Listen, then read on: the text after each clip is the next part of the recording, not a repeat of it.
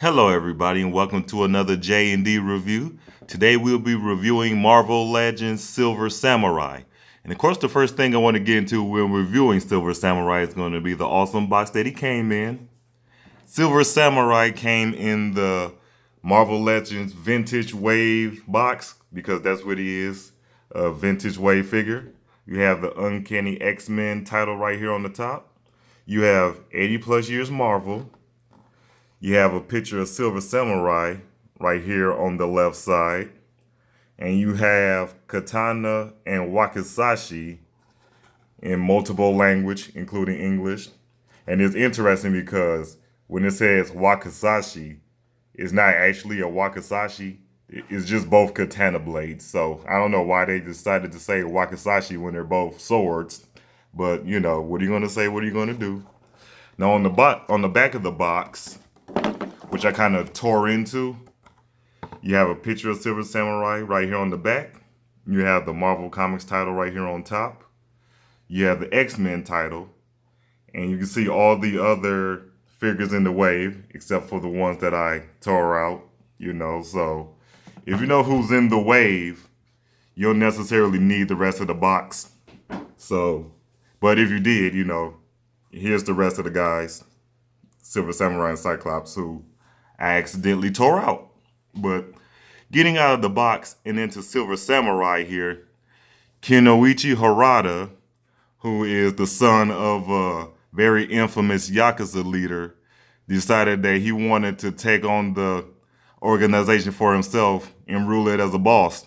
But since he is his illegitimate son, he wasn't able to do that.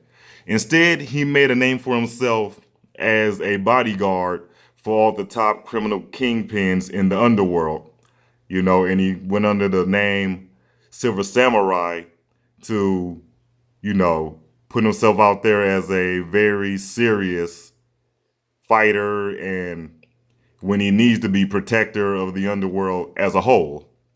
But getting into the paint, I love the paint that they have for him. You know, the armor pieces, which actually is not that much. He isn't exactly ironclad. All he has is the helmet right here, the shoulder armor. You have this piece right here on the front, and this piece on the back, and you have his skirt. So that's pretty much all the armor, but it's painted very nicely. You know, you have the kind of shiny grayish look, you know, to make it look like real metal, real armor. Very nice. They painted the sunrise, you know, from the Japanese flag on the front pretty good. It's not on the back. I thought I seen it on the back, but it's right here on the front only. So it's looking very good. And you got a grayish blue for his actual suit underneath. The shin guards is pretty much armor. So you got the gray there. And you have his boots, which have the bluish gray tint like the rest of his suit. So very nice. And right here on the top of his head, you know, you have that red symbol, giving the helmet more contrast. And you have the white eyes underneath. Let me bring that in. So looks very good. The little skin tone that you have in his face looks good as well. So the paint is definitely a 10 out of 10. Very good. Now getting into the sculpt of Silver Samurai, it looks just like him, you know, very nice. He's always been a more bulky guy, you know. At this point in time, I think there is two Silver Samurais. You have Kinochuo, sorry to butcher the name, but Kinochuo, and you also have Shingen, who I think is now the modern Silver Samurai. But since this is supposed to be the vintage, you know, wave, I think they went with Harada on this, you know, Kinoichio. So let's just refer to him as such. As a matter of fact, let's just call him Harada, you know, easier than, you know, butchering his name again. But he is definitely a bulkier guy, stands taller than most. So that's good since he did undergo years and years of training to become the Silver Samurai. So when you take that much time training to, you know, be a big part of the Japanese underworld, You tend to get this big, you get to be this intimidating. But it looks very good. The arms are too long, the legs are too short, vice versa. I love how the armor itself looks. You know, you got the little rivets everywhere, which definitely bring you back to feudal Japan, which I love. Again, this looks very nice the way that it looks. I know it's paint, but it looks the way it's supposed to, no matter how you move him. You got the straps banding everything together. Like, this is definitely top-notch sculpting on Marvel's part. Very good. I don't know what it is about the vintage line, but they tend to take more attention to detail sometimes when it comes to that line. You have this area where he holds his swords. Again, not a wakizashi, they're both katana blades. You even got this piece right here. Let me bring that in closer. I don't know exactly what this is, but I think this is what holds the upper parts of his armor together, since it goes all the way around to the back. So very nice. The helmet looks good. I like the facial expression. Again, very intimidating. So to me, the sculpt is also a 10 out of 10. Now, getting into the articulation, starting from the head, you can go this far up, which isn't that far, especially thanks to his helmet. He doesn't go down at all. You're pretty much stuck in that region. You can 360 the head. I'm not, just know that he can. Right here at the shoulders, you can go this far up. And the shoulder armor moves, but not that much. So this is about all you get. You get this far in. I don't think you can 360. Nope, you cannot 360 the arm. Again, the shoulder guards, the shoulder armor gets in the way. So you can't really 360, but you have a nice swivel. You have double jointed elbows, which I didn't think they were going to put on them, but they did. So you can go this far back. You can go all the way out. You can swivel right here at the wrist. And you also have a pivot, right here. But let me point this out and be very specific.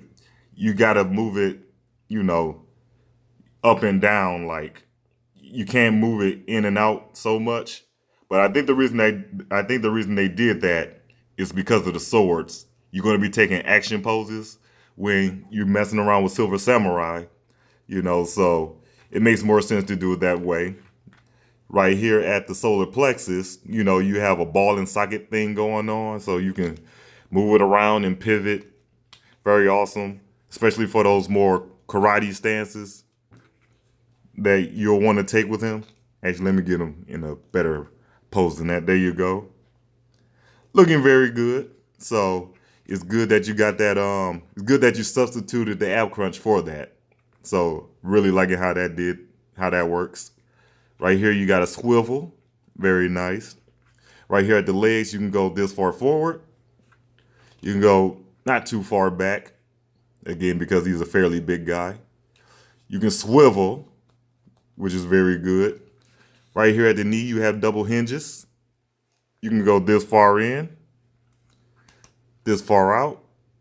Right here at the boot, you have a swivel. Right here at the ankle, you can go this far forward, this far back, and you have a fairly good pivot. So I already showed off the pivot with that karate stance. So you already know that he stands very good. Like I said, very impressed with this Silver Samurai figure. He's definitely one of my favorites right now. But getting out of the articulation and into the accessories, he comes with his two accessories, which was mentioned on the front of the box, and they are his two katana swords. So they look very good. Now, I originally thought that when I seen these, they were going to be the old swords from the ninja hand. You remember those? That's what I thought these were going to be, but not quite. These are actually different from what we had with the ninjas. So let me go ahead and put them in his hands to show you how well they fit. They're very nice and snug, so he'll fit them in his hands, and they won't drop out. They're not loose at all. So you won't have to worry about that when it comes to Harada holding his swords. And his swords is significantly important for him because he is a mutant. He has the ability to make his swords like 10 times sharper. So it is explained as a tachyon field that he creates around his swords. So seeing as he wields sharp swords, they get amplified times 10 when it comes to him. So that's very nice. And if you don't want him holding them, you can store them inside his, I guess you could call them sheaths, even though there's no case for them to slide in. But you could put them at his side, and Harada, Silver Samurai, will hold them for you. So, again, I love how this looks. You know, I can see him taking on Psylocke, you know, in a one-on-one battle. But very nice. With that, that would be the end of the review. Go ahead and rate this video, drop a like, say if you like it or not, and tell me, what do you think of Silver Samurai? Do you like him? Do you love him? You know, he's a very good character for them to make. We've been waiting on one for quite some time, and I definitely think he is a 10 out of 10, and he is exactly what we all been waiting for. So, great stuff there. Definitely plan on putting him on my Instagram, you know, RockmanCTY. Go ahead and check that out for other, you know, action figure ACBA goodness, along with Silver Samurai. If you go there, you'll love it. So remember to subscribe. If you do that, that will help us a whole bunch. And you'll definitely be able to see more cool action figure reviews like Marvel Legends and other great guys that's coming up in the very near future. So with that being said, this has been another J&D review. This is the J, signing out.